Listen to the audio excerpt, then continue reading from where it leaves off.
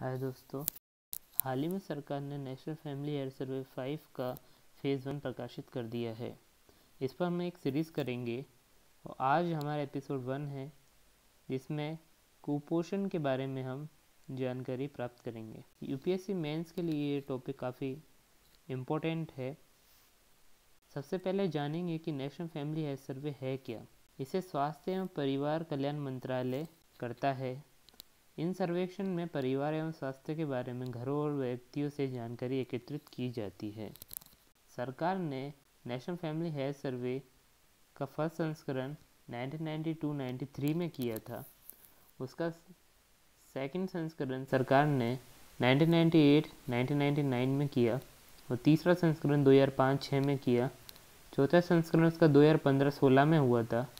अब सरकार ने काफ़ी कम समय में ही इसका 5वां संस्करण करने का फैसला किया था और 2019-20 में से पूरा किया जाना था। लेकिन कोविड-19 के कारण अभी इसका फेज़ 1 जो कि 22 राज्यों में हुआ, सिर्फ उसकी रिपोर्ट अभी प्रकाशित की गई है। 12 दिसंबर को स्वास्थ्य एवं परिवार कल्याण मंत्रालय ने NFHS 5 का फेज़ 1 के सर्वे को प्रकाशित कर दिया। इसमें 17 राज्यों और 5 संघ शासित राज्यों को कवर किया गया। कोविड-19 की वजह से सभी राज्यों में सर्वे ना हो सका। फेज़ 2 14 राज्यों में अभी किया जा रहा है।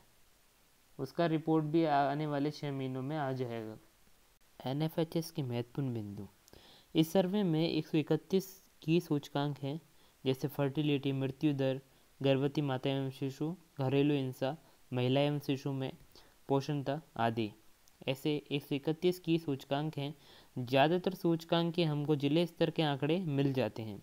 नए सूचकांक ऐड किए हैं इस सर्वेक्षण 5 में, जैसे प्री स्कूल उपस्थिति, मृत्यु रजिस्ट्रेशन, डिसेबिलिटी, बीमा कवरेज कितना है, महिलाओं की भौतिक एवं आर्थिक संपत्ति, प्रसव पूर्व देखरेख में HIV टेस्टिंग, गर्भधारण के समय घरेलू हिंसा आदि। इस सर्वे को international institute for population sciences ने क्रियान्वित किया है। IIPS इस सर्वे हेतु नोडल संस्था है। IIPS स्वास्थ्य एवं परिवार कल्याण मंत्रालय के अंतर्गत एक स्वायत्त संस्था है, जो कि मुंबई में स्थित है। NFHS 4 की तुलना में हम देखें तो NFHS 5 में कुपोषण का स्तर देश में बढ़ गया है। यदि हम देखें NFHS 4 में, तो वहाँ पर NFHS 3 की तुलना में कुपोषण के स्तर में कमी आई थी। कुपोषण को सामान्य रूप से 4 सूचकांक यानी इंडिकेटर से हम समझ सकते हैं, जिनमें पहला है स्टंट बच्चों का प्रतिशत, ऊंचाई के सापेक्ष कम वजन वाले बच्चों का प्रतिशत, कम वजन वाले बच्चों का प्रतिशत, ज़्यादा वजन वाले बच्चों का प्रतिशत। अब हम एक एक सूचकांक को समझेंगे और हाल ही में कितना उनके आंकड़े आए हैं उसको देखेंगे। सबसे पहले हम स्टंटिंग देखेंगे, यानी बौनापन। 5 साल तक की आयु के बच्चे जो एक निश्चित ऊंचाई से कम कद के हैं, उन्हें हम स्टंट चाइल्ड कह सकेंगे। इसे प्रतिशत रूप में प्रदर्शित करेंगे सूचकांक में। इस सर्वे के अनुसार 13 राज्यों में स्टंटिंग प्रतिशत में इजाफा हुआ है, यानी स्टंटिंग चाइल्ड की संख्या बढ़ चुकी है। इस इमेज में हम समझें तो ये नॉर्मल बच्चा है। इन दोनों बच्चों की आयु समान है, परंतु इस बच्चे की हाइट कम रह चुकी है और इसकी हाइट नॉर्मल है, तो ये बच्चा स्टंटेड बच्चा कहलाएगा। इस टेबल से समझेंगे कि स्टंटिंग के क्या हालत हैं अलग अलग राज्यों में, और उनके पिछले NFHS सर्वे से हम तुलना करेंगे। महाराष्ट्र में हम देखें तो 2015-16 में ये 34.4% तक आ गया था, जो दोबारा फिर बढ़कर 35.2% हो गया, जो कि एक बुरा संकेत है। बिहार में देखें तो यहाँ पर लगातार स्टंटिंग प्रतिशत गिर रहा है। वेस्ट बंगाल में हम देखें तो यहाँ भी बढ़ा है। गुजरात में हम देखें तो यहाँ 38.5 से 39 हो गया है। कर्नाटक में हम देखें तो 36.2 से मामूली गिरावट हुई है यहाँ पर। आंध्र प्रदेश में भी मामूली गिरावट 0.2% की। तेलंगाना में हम देखें तो यहाँ बढ़ोतरी हुई है 5% की। केरला में हम देखें तो यहाँ पर भी करीबन 4% की बढ़ोतरी हुई है। असम में हम देखें तो यहाँ भी थोड़ी सी ही गिरावट हमको दर्ज करने को मिली। जम्मू एंड कश्मीर में ये करीबन 26.9% है, यहाँ पर थोड़ी सी गिरावट हुई है। हिमाचल प्रदेश में 26.3 और अब बढ़कर 30.8 हो गया। ज़्यादातर राज्यों में स्टंटिंग प्रतिशत बच्चों का बढ़ा है। यहाँ पर हमने बड़े राज्यों को ही गिना है, छोटे राज्यों के आंकड़े हमने इस टेबल में नहीं ऐड किए हैं। अब हम वेस्टेड चाइल्ड क्या होते हैं पहले ये जानेंगे। इस इमेज में आप देख रहे हैं कि ये एक नॉर्मल बच्चा है, इसका हाइट सही है आयु के हिसाब से और उसका वज़न भी सही है। अब वेस्टेड बच्चे वे बच्चे होते हैं जिनका हाइट तो सही है लेकिन वो वज़न में काफ़ी कम होते हैं, और स्टंटेड बच्चे वे होते हैं जिनका हाइट कम होता है। तो वेस्टेड चाइल्ड वे होंगे 5 वर्ष तक के वे बच्चे जिनके कद के सापेक्ष में उनका वज़न कम है। अब वेस्टेड चाइल्ड के प्रतिशत में 12 राज्यों में हमने बढ़ोतरी देखी है। टेबल से हम समझते हैं, महाराष्ट्र में हम देखें तो 2015-16 में और 2019-20 में कोई अंतर नहीं आया है, स्थिति एक जैसी है। बिहार राज्य में देखें तो यहाँ पर वेस्टेड चाइल्ड प्रतिशत बढ़ गया है, 22.9% हो गया है। वेस्ट बंगाल में देखें यहाँ पर भी कोई चेंज नहीं आया। गुजरात में देखें तो 26.4 से 25.1 हुआ है, थोड़ी सी गिरावट। यदि हम कर्नाटक में देखें तो यहाँ पर गिरावट ज़्यादा देखी गई है, 19.5% तक आया है। अगर हम 2005-06 के आंकड़ों से अगर 2015-16 की तुलना करें तो यहाँ पर देखते हैं लगभग सभी राज्यों में ये बड़ा है, बिहार जैसे पिछड़े राज्यों को छोड़कर। महाराष्ट्र में ये काफ़ी बड़ा, लगभग हम देखें तो 16.5 से 25.6 तक लगभग हर साल 1% की बढ़ोतरी यहाँ पर दर्ज की गई। अंडरवेट बच्चों का प्रतिशत 22 में से 16 राज्यों में हमें बढ़ता हुआ दिखा। ओवरवेट बच्चे जिनका वजन ज़्यादा है उनका हमको प्रतिशत 20 राज्यों में बढ़ता हुआ दिखा। तो इस तरीके से हमने 4 सूचकांक को कवर किया। फर्स्ट था जिसमें स्टंटिंग चाइल्ड, सेकंड था वेस्टेड चाइल्ड, थर्ड था अंडरवेट, फोर्थ था ओवरवेट।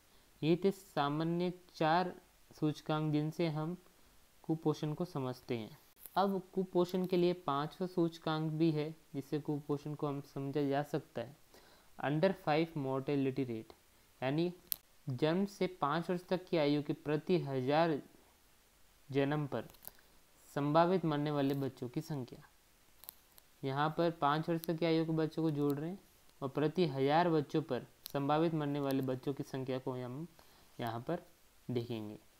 ये संख्या 18 राज्यों में ये रेट घटी है 22 में से, जो कि एक अच्छा संकेत है, लेकिन बाकी 4 सूचकांक खराब प्रदर्शन दिखा रहे हैं, जिससे हम ये कह सकते हैं कि कुपोषण देश के अंदर बढ़ा है, यानी इन 22 राज्यों में कुपोषण के हालात ओवरऑल देखें तो बढ़ते हुए पाए गए हैं। अब हम देखेंगे भारत में मोटापा एवं एनीमिया के केसेस को। मोटापाग्रस्त पुरुषों का प्रतिशत 19 राज्यों में बढ़ गया है। सबसे ज़्यादा 11.1% पुरुष जम्मू कश्मीर में हैं जो मोटापे से ग्रसित हैं। मोटापाग्रस्त महिलाओं का प्रतिशत भी 16 राज्यों में बढ़ा है। सबसे ज़्यादा ये कर्नाटक में है। मोटापा ग्रसित पुरुषों को हम देख रहे हैं प्रतिशत में 2015-16 में केरला में ये करीबन 28 से 30% के मध्य यानी 29% था, जो बढ़कर करीबन 7.9% की इसमें बढ़ोतरी हुई। यानी केरला में मोटापा तेजी से बढ़ा, केरला उन राज्यों में है। तेलंगाना में देखें तो यहाँ 8% की वृद्धि हुई। जम्मू एंड कश्मीर में सबसे तेज़ी से 11.1% की वृद्धि हुई। आंध्र प्रदेश में गिरावट दर्ज की गई है, जो कि एक अपवाद कहेंगे हम इसको। कर्नाटक में 8.8, इस तरीके से। बिहार में काफ़ी कम है क्योंकि बिहार में प्रति व्यक्ति कैलोरी कम लेते हैं लोग। मोटापे से ग्रसित महिलाओं में देखें तो केरला में 5.7% बढ़ोतरी। ज़्यादातर सभी राज्यों में हमको बढ़ोतरी दिख रही है, बजाय सिर्फ एक अपवाद है गुजरात राज्य जहाँ 1.1% की कमी दर्ज की गई। मोटापे के बाद हम एनीमिया के केसेस को देखेंगे तो एनीमिया के केस में बढ़ोतरी हुई है। एनीमिया से ग्रसित पुरुषों का प्रतिशत भारत में बढ़ गया है। एनीमिया से ग्रसित महिलाओं का प्रतिशत भी बढ़ गया है। असम में 20% महिलाएं लगभग एनीमिया से ग्रसित हैं। अब हम यहाँ देखें तो एनीमिया से ग्रसित पुरुषों की प्रतिशत संख्या को देखेंगे। यहाँ पर देखें सबसे ज़्यादा बढ़ोतरी 16.3% की जम्मू एंड कश्मीर में हुई है। फिर असम, वेस्ट बंगाल में भी काफ़ी 8.6% है। आंध्र प्रदेश को हम देखें तो यहाँ इन्होंने काफ़ी अच्छा प्रदर्शन किया है, 10% तक की कमी आई है। शायद ये कुछ विशेष योजनाओं का नतीजा है। अब हम एनीमिया से ग्रसित महिलाओं को देखें तो जम्मू कश्मीर में फिर ये 17% तक की बढ़ोतरी, लेकिन असम में सबसे ज़्यादा करीबन 20% ये बढ़ चुकी हैं। तो देखिए एनीमिया के केसेस कहाँ तक आ रहे हैं, करीबन 70% तक के छू रहे हैं। तो एनीमिया की प्रॉब्लम वुमेन्स में ख़तरनाक है। जहाँ पुरुषों में ये 40-50% तक था, यहाँ पर हम देख रहे हैं ये 70-75% तक के इस ग्राफ में हम 70% तक क्रॉस करता हुआ देख रहे हैं। तो हमें यहाँ काफ़ी वर्क करने की ज़रूरत है। इस तरीके से हमने मोटापे को भी हमने कवर कर लिया, एनीमिया को भी देख लिया और कुपोषण के जो 5 सूचकांक थे उनको भी समझ लिया। इस तरीके से नेशनल फैमिली हेल्थ सर्वे में 5वें संस्करण के फेज़ 1 के जो आंकड़े आए हैं 22 राज्यों के लिए, उनमें हमने कुपोषण को समझ लिया है। कुल मिला के हमने पहले कुपोषण के 5 सूचकांक को समझा है, फिर हमने एनीमिया, मोटापा को भी समझ लिया है। हालत देखने में ये आए हैं कि भारत की स्थिति पिछले सर्वे के मुताबिक इस सर्वे में गिरावट देखी गई है, यानी कि कुपोषण का स्तर बढ़ गया है और हमें अपनी स्कीम्स को अच्छी तरह इम्प्लीमेंट करना पड़ेगा और अपने एसडीजी लक्ष्य की प्राप्ति के लिए, एसडीजी गोल 2 जैसे लक्ष्य की प्राप्ति के लिए और जैसे ज़्यादा कार्य करने की आवश्यकता है। थैंक यू दोस्तों। एपिसोड 1 में हमने कुपोषण को अच्छी तरह समझा। नेशनल फैमिली हेल्थ सर्वे 5 की ये सीरीज जारी रहेगी जब तक इसका फेज़ 2 का रिपोर्ट नहीं आता है। और चैनल को सब्सक्राइब करना ना भूलें। वीडियो को ज़्यादा से ज़्यादा लाइक करें, शेयर करें और कमेंट करें। जो भी आपको प्रॉब्लम हो आप मेरे टेलीग्राम लिंक जो मैं डिस्क्रिप्शन में दे दूँगा, वहाँ आप मुझसे पूछ सकते हैं। Okay, bye.